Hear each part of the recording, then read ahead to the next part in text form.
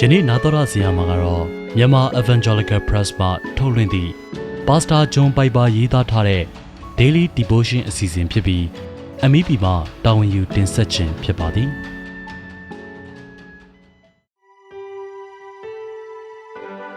တင်ဒီထာဝရရှင်သန်သူဖြစ်သောအခါ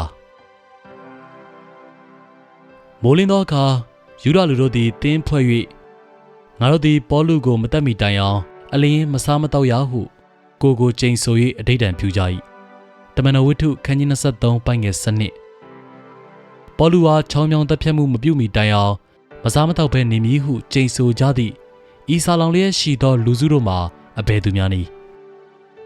တမန်တော်ဝတ္ထုခန်းကြီး23ပိုင်းငယ်7၌ထိုသူတို့အကြောင်းကိုကျွန်ုပ်တို့ဤသို့ဖတ်ရှုရသည်မိုးလင်းသောအခါယူဒလူတို့သည်တင်းဖွဲ့၍ငါတို့သည်ပေါလုကိုမတတ်မီတိုင်အောင်အလင်းမစားမတော့ရဟုကိုကျိန်ဆို၍အဓိဋ္ဌာန်ပြုကြ၏ထိုကြံစီမှုသည်အလုံးမဖြစ်ခဲ့ပါအဘဲကြောင့်ဆိုသောထင်မှတ်မထားသည့်အကြောင်းအရာများဇက်တိုက်ပေါ်ထွက်လာခြင်းကြောင့်ဖြစ်သည်ယင်းကြံစီကိုလူလငယ်တူကကြားသိသွားခဲ့သည်ထိုလူလငယ်သည်ပေါလု၏အမဖြစ်သူ၏သားဖြစ်သည်ထိုလူလင်သည်ပေါလုအားစောင့်ကြက်နေသည့်တမှုထံတွားရောက်ပြောကြရန်ရဲရင်ချင်းတတိရှိခဲ့သည်တမှုသည်လူလင်ငယ်၏ပြောစကားကိုအလေးနက်ခံယူကာ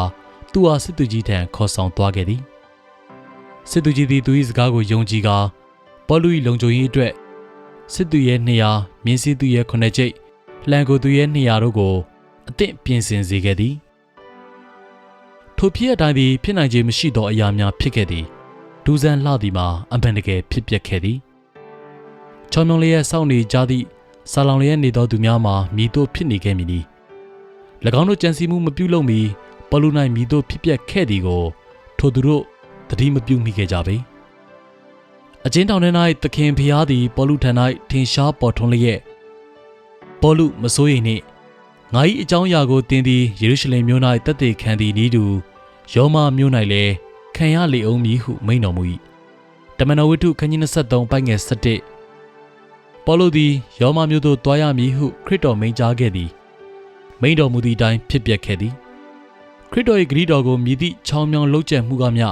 ဆန့်ကျင်တွန်းလှန်နိုင်စွမ်းမရှိပေယောမမြို့သို့မရောက်မချင်းပေါလုသည်မတည်မျိုးဖြစ်ခဲ့သည်ထိုနေရာ၌နောက်ဆုံးသောတသက်ခံချက်ကိုဝန်ခံရအောင်မည်ဖြစ်သည်ပေါလုသည်ထိုတသက်ခံချက်အားဝန်ခံမည်ကိုခရစ်တော်ကြိုတင်သိမြင်ခဲ့သည်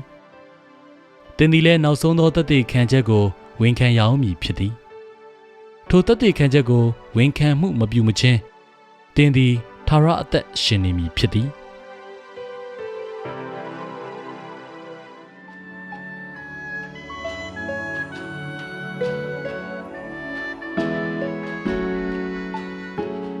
ယခုနာတော်ရဆင်ခဲ့ရတာကတော့မြန်မာ Evangelical Press မှထုတ်လွှင့်သည့် Pastor John Piper ရေးသားထားတဲ့ Daily Devotion အစီအစဉ်ဖြစ်ပြီး MEP မှတာဝန်ယူတင်ဆက်ခြင်းဖြစ်ပါသည်